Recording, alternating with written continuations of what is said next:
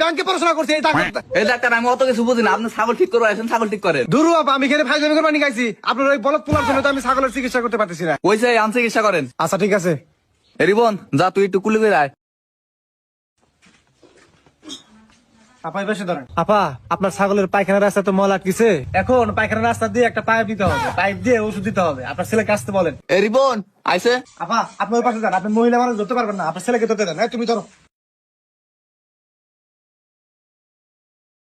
এই বাবু, ভাই তোমার জন্য কিন্তু আমি 2বার চিকিৎসা দিতে পারি না, ঠিক আছে? এবার কিন্তু ভালো করে দেবো। হ্যাঁ, এই পেছনে আসো, পেছনে আসো, পেছনে আসো। এবার সত্য করে দেন। এই বাবু ধরছো তো? হ্যাঁ ধরছি সমস্যা নাই দেন। আবার দেখেন চেকেছে নাকি? আমি জানতাম আপনার এই বড় ছেলের জন্য এবার চিকিৎসা দিতে পারবো না। ফালতু তো ছেলে। এই ডাক্তার আপনি কি আসলে কানা নাকি, চোখে দেন না? আরে আপা, আপনি ছেলের পাছা হলে এত বড় পাছার মধ্যে কি ছাগলের ছোট পাছা দেখা যায়?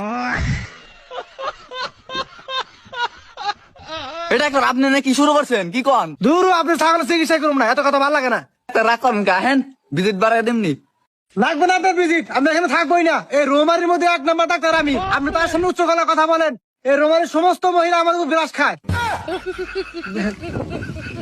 কি ক্রাশ খায়? চেহারা সুন্দর না? বুঝছি ডাক্তার, আপনার উপরে আমিও ক্রাশ খাইছি, আপনার চেহারা কিন্তু আসলে সুন্দর। ঠিক আছে, সবাই খায়, আপনি কেন খাবেন না? ওকে।